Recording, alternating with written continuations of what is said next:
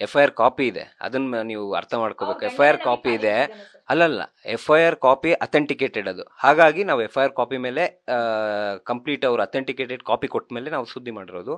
ಈಗ ಆ ಒಂದು ವಿಚಾರಕ್ಕೆ ಸಂಬಂಧಪಟ್ಟಂತೆ ಫೈನಲ್ ಆಗಿ ಏನ್ ಹೇಳ್ತೀರಾ ನೆಕ್ಸ್ಟ್ ನಾನು ಪ್ರಶ್ನೆ ಕೇಳ್ತೀನಿ. ಸರ್ FIR ಆಗಿತ್ತಲ್ಲ ಸರ್, ಮತ್ತೆ ಕಾನೂನು ಪ್ರಕಾರ ಇದು ಮಾಡಿಸ್ಬೋದೈತಲ್ಲ ಸರ್. ನಮಗೆ ಯಾರು ಸಪೋರ್ಟ್ ಇಲ್ಲ ಸರ್, ಯಾರು ಇಲ್ಲ.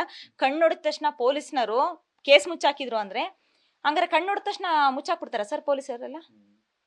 ನಾನು ನಿಮ್ಮನ್ನ ಕೇಳ್ತಿದ್ದೀನಿ ಸರ್, ಮುಚ್ಚಾಕ್ತಾರ ಸರ್? ಏನ್ ಸಮಸ್ಯೆ ಇದೆ ಅಂತೀರಾ ಮತ್ತೆ ಹಾಗಾದ್ರೆ? ಅವ್ರು ಹೇಳೋದಕ್ಕೆ ಕಾರಣ ಏನು ಸರ್? ಅವಳಿಗೆ ಯಾರು ಹಚ್ಕೊಡ್ತಿದ್ದಾರೆ ಸರ್? ನಮ್ದು ನಾವು ಸಾಲ ಇದೆ ಸರ್, ನಮ್ ಸಾಲ ಇಲ್ಲ ಅಂತ ಹೇಳ್ತಿಲ್ಲ. ನನ್ನ ಗಂಡನ್ನ ನಾನು 13 ವರ್ಷ, ಅವಳು ಹೇಳಿದ್ಲಲ್ಲ ಯಾವ್ದೋ ಇನ್ನೊಂದು ಮದ್ವೆ, ಅವೆಲ್ಲ ಸುಳ್ಳು ಸರ್. ನನಗೆ 13 ವರ್ಷಕ್ಕೆ ಮದ್ವೆ ಆಗಿತ್ತು.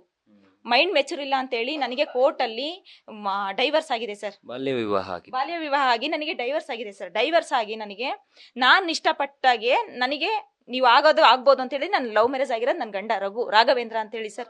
ಇದಾನೀಗ ಅವನಿಗೆ ಬಂದಿದೆ ಸರ್, ಅಲ್ಲಿ ಏನಾಗುತ್ತೋ ಆಗ್ಲಿ ಸರ್. ಇದೆಲ್ಲ ಏನ್ ಸರ್? ಸುಮ್ನೆ ನಾವು ಬದುಕ್ಬೇಕಾ ಬೇಡ ಸರ್?